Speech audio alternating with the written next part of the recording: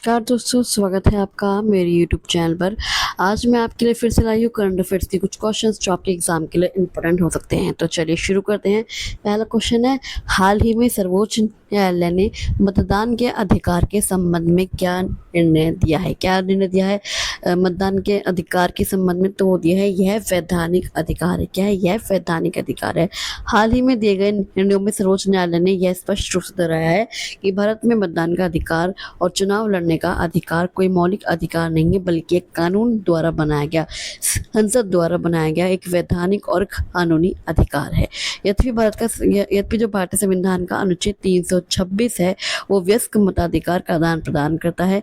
न्यायालय के अनुसार मतदान का अधिकार मुख्य रूप से लोक प्रतिनिधित्व अधिनियम 1951 जैसी विधियों द्वारा संचालित और विनिमय होता है। कोर्ट ने स्पष्ट किया है कि चूंकि यह संसद के कानून के तहत मिलता है, इसलिए राज्य उचित प्रतिबंधों या शर्तों के आधार पर इस अधिकार को विनियमित कर सकता है। नेक्स्ट क्वेश्चन आते हैं, टाइम 100 लिस्ट 2026 का 23वां संस्करण किस संस्था द्वारा जारी किया गया? किस संस्था द्वारा जारी किया गया? ये टाइम 100 लिस्ट 2026 का 23वां संस्करण तो वो किया गया टाइम मैगजीन। किसके द्वारा? Time magazine. दुनिया की सबसे प्रभावशाली व्यक्तियों की वार्षिक सूची टाइम 100 अमेरिकी समाचार पत्रिका टाइम मैगजीन द्वारा जारी की जाती है।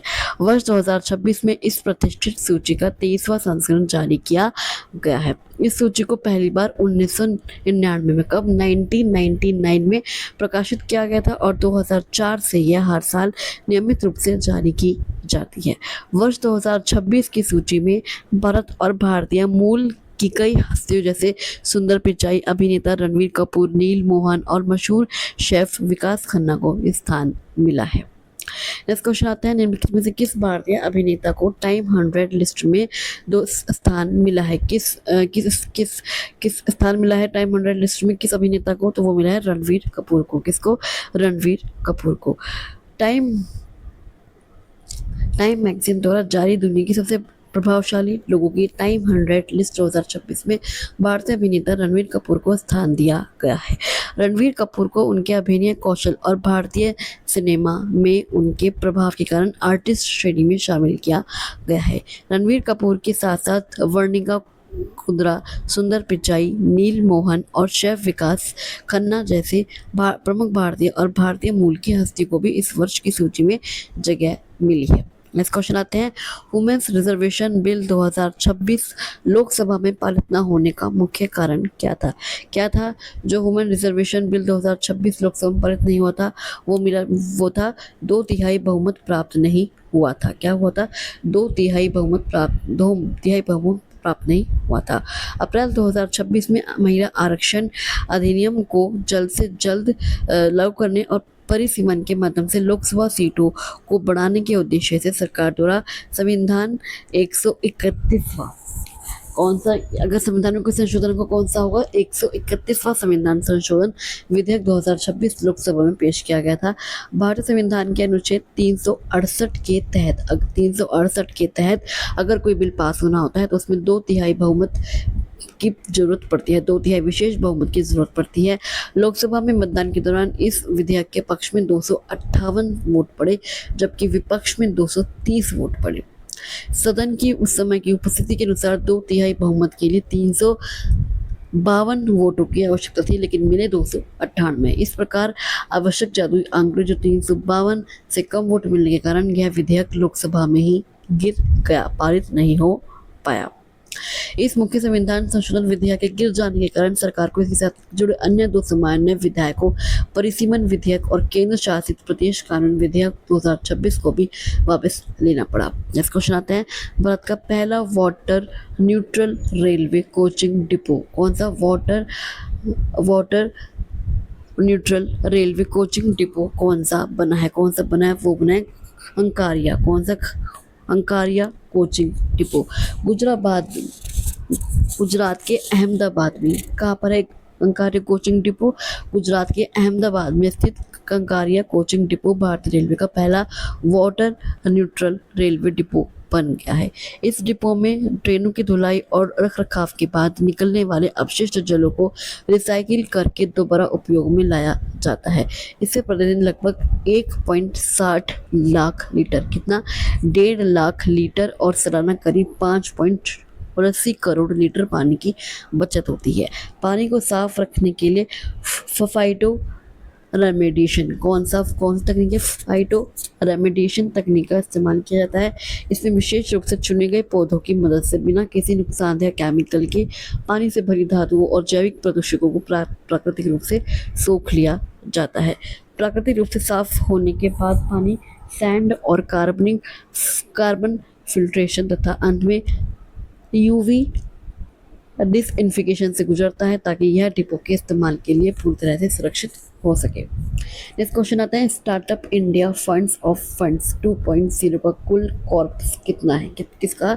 Startup India funds of fund 2.0 का कुल कॉर्पस तो आपका 10,000 करोड़, कितना, 10,000 करोड़। प्रधानमंत्री नरेंद्र मोदी की अध्यक्षता में केंद्रीय मंत्रिमंडल ने देश के स्टार्टअप इकोसिस्टम के लिए startup India fund of funds 2.0 की स्थापना को मंजूरी दी है। इसका कुल कॉर्पस है आपका 10,000 करोड़। यह फंड मुख्य रूप से डीप टेक तकनीक आधारित नमोन्वेषी इनोवेशन, विनिर्माण स्टार्टअप और शुरुआती विकास चरण के स्टार्टअप्स को सहायता प्रदान करेगा। यह कोई प्रत्यक्ष फंडिंग योजना नहीं है। सरकार इसके तहत सेबी, कहाँ पर, सेबी में पंजीकृत वैकल्पिक निवेश कोष में पूंजी का योगदान करती है, जो आगे चलकर भारतीय स्टार्टअप्स में निवेश करते हैं। इससे पहले 2016 में लॉन्च किए गए FFS 1.0 के तहत भी 10,000 करोड़ का कॉर्पस रखा गया था। इसके बाद, जिसकी सफलता के बाद अब इससे दूसरे चरण 2.0 को अधिसूचित किया गया है। पहला भी था 1.0 जो सफल रहा था, उसके लिए भी 10,000 करोड़ का कॉर्पस रखा गया था। नेक्स्ट क्वेश्चन आता है, किस राज्य ने खासी और गारो को अंग्रेजी के साथ आधिकारिक राज्य भाषाओं के रूप में मान्यता दी है? किस राज्य ने दिया है खासी और गारो को अंग्रेजी के साथ आधिकारिक भाषा? वो दिया है मेघालय ने। किसने? मेघालय ने। अप्रैल 2026 में मुख्यमंत्री कौन है मुख्यमंत्री मेघालय का? कॉनराड के संगमा की अगुवाई में मेघालय कैबिनेट ने एक ऐतिहासिक फैसला लेते हुए मेघालय आधिकारिक भाषा अध्यादेश 2026 में को मंजूरी दी, जिससे इसे राज्यपाल की स्वीकृति के बाद लागू कर दिया गया है। इस नए अध्यादेश ने मेघालय राज्य अधिनियम 2005 को निरस्त कर दिया है। पुराने अधिनियम के तहत मेघालय की एकमात्र आधिकारिक भाषा अंग्रेजी थी, जबकि खासी और गारो को केवल सहयोगी भाषाओं को दर्जा प्राप्त था, लेकिन अब उसे पूर्ण दर्जा प्राप्त है, आधिकारिक भाषा का दर्जा मिल गया है गारो और खासी को। इसके बाद अब सरकारी सूचनाएं, आदेश और पत्राचार इन्हीं भाषाओं में जारी हो सकेंगे।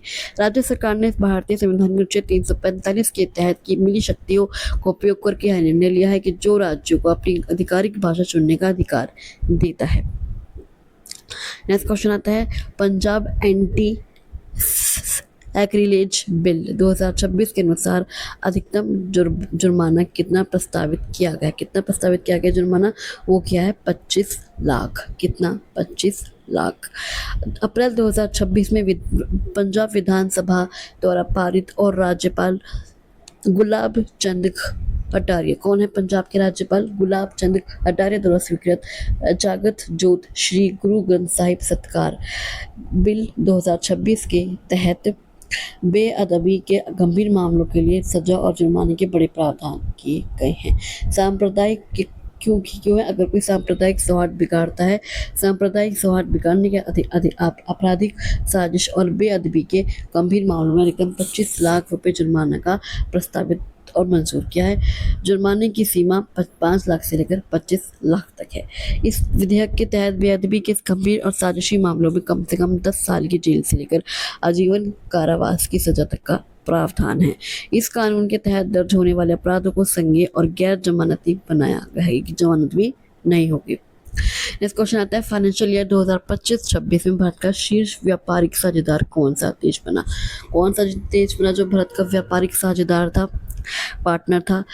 टॉप ट्रेडिंग पार्टनर कौन बना? वो बना चीन। कौन? चीन। वाणिज्यिक मंत्रालय के आधिकारिक अंकों के अनुसार वित्त वर्ष 2025-26 में चीन अमेरिका को पीछे छोड़ते हुए भारत का शीर्ष व्यापारिक साझेदार बना। इससे पहले लगातार 4 वर्षों से कौन बना रहा था? अमेरिका। 2022 से 2025 तक अमेरिका इस स्थान पर रहा था, लेकिन अब ये चीन ने जगह ले ली है। वित्त वर्ष 2025-26 में भारत और चीन के बीच कुल व्यापार कितना रहा? 15.151.1 अरब डॉलर। कितना? 151.1 अरब डॉलर तक पहुंच गया। इस अवधि के दौरान चीन को भारत का निर्यात 36.66% से बढ़कर 39.47 अरब डॉलर हो गया, जबकि चीन से भारत का आयात 16% बढ़कर 131.63 अरब डॉलर रहा। नेक्स्ट क्वेश्चन आते हैं।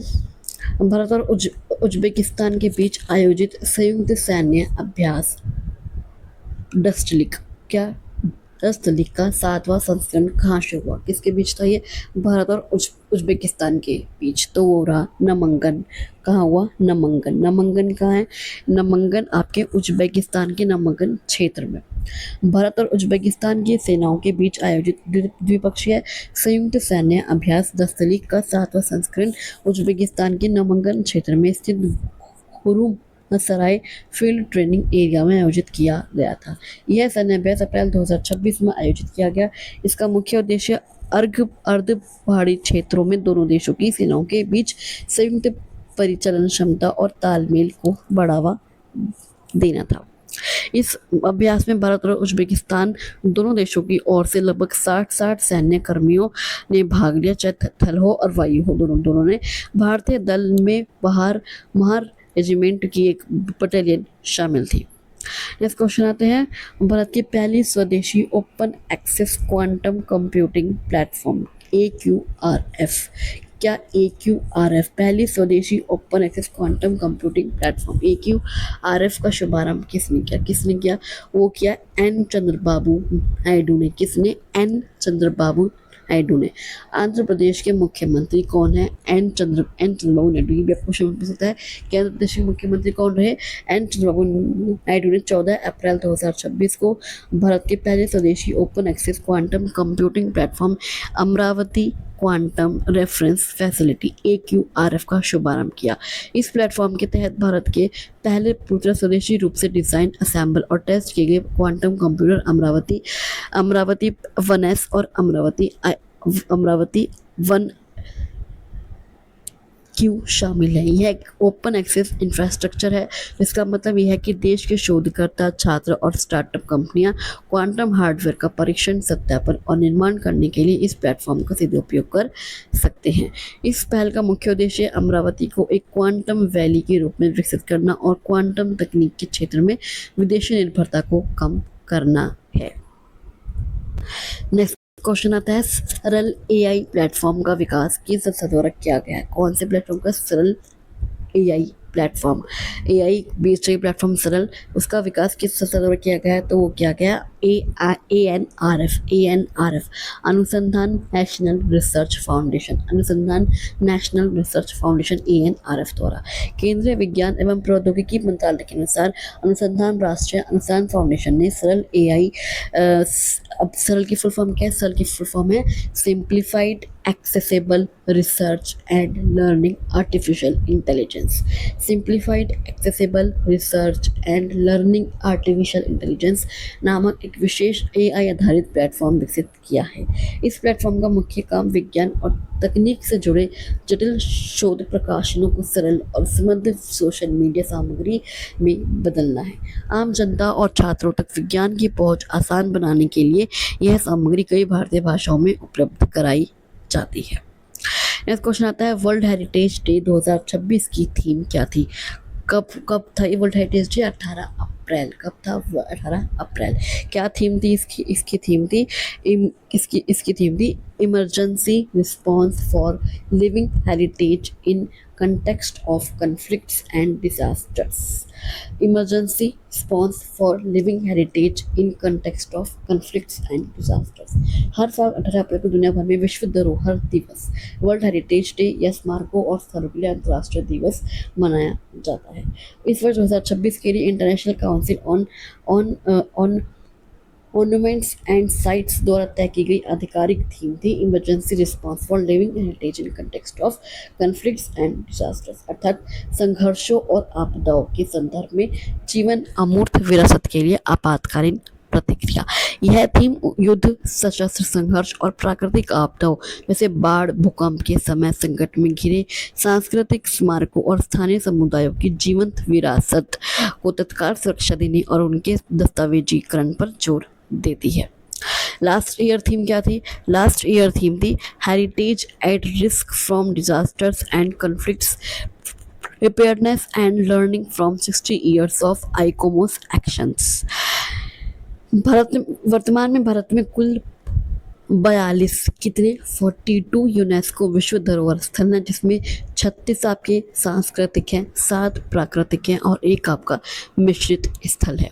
नेक्स्ट क्वेश्चन आते हैं, एशियन रेसलिंग चैंपियनशिप 2026 में भारत ने कुल कितने पदक जीते?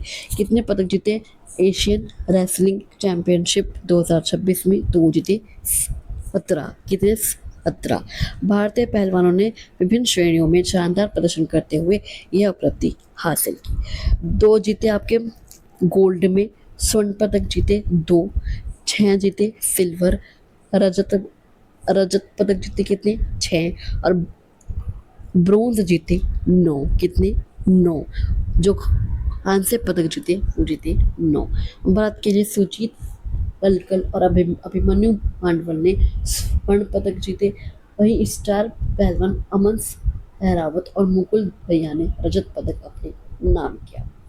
नेक्स्ट क्वेश्चन आता है, हाल ही में किस विश्वविद्यालय ने AIU क्या AIU national moot court competition 2026 जीता? किसने जीता ये कंपटीशन? वो जीता बनारस हिंदू विश्वविद्यालय ने। किसने? बनारस हिंदू विश्वविद्यालय ने। उत्तर प्रदेश के लखनऊ में स्थित इंटीग्रल यूनिवर्सिटी द्वारा आयोजित 5वीं AIU नेशनल मूट कोर्ट प्रतियोगिता 2026 का खिताब बनारस हिंदू विश्वविद्यालय टीम ने जीता है। इस राष्ट्रीय स्तर की जो प्रतियोगिता में दूसरा स्थान रहा वो रहा चंडीगढ़ यूनिवर्सिटी का। इस 3 दिवसीय कानूनी प्रतियोगिता का आयोजन एसोसिएशन ऑफ इंडियन यूनिवर्सिटीज के सहयोग से किया गया था, जिसमें देश भर के विभिन्न लॉ कॉलेजों और विश्वविद्यालयों की लगभग 40 टीमों ने हिस्सा लिया। तो चलिए आज के लिए बस इतना ही। आई होप आपको ये MCQs के वीडियो अच्छे लगे होंगे। आपको ये वीडियो के MCQs कैसे लगे मुझे कमेंट बॉक्स में कमेंट करके जरूर बताइएगा। अगर आपको वीडियो अच्छा लगा तो आप इस वीडियो को लाइक कर सकते हैं, शेयर कर सकते हैं और इस चैनल को सब्सक्राइब करके ज़रूर जाइएगा। चलिए मैं आपसे मिलती हूँ अगले वीडियो में, तब तक के लिए थैंक यू सो मच।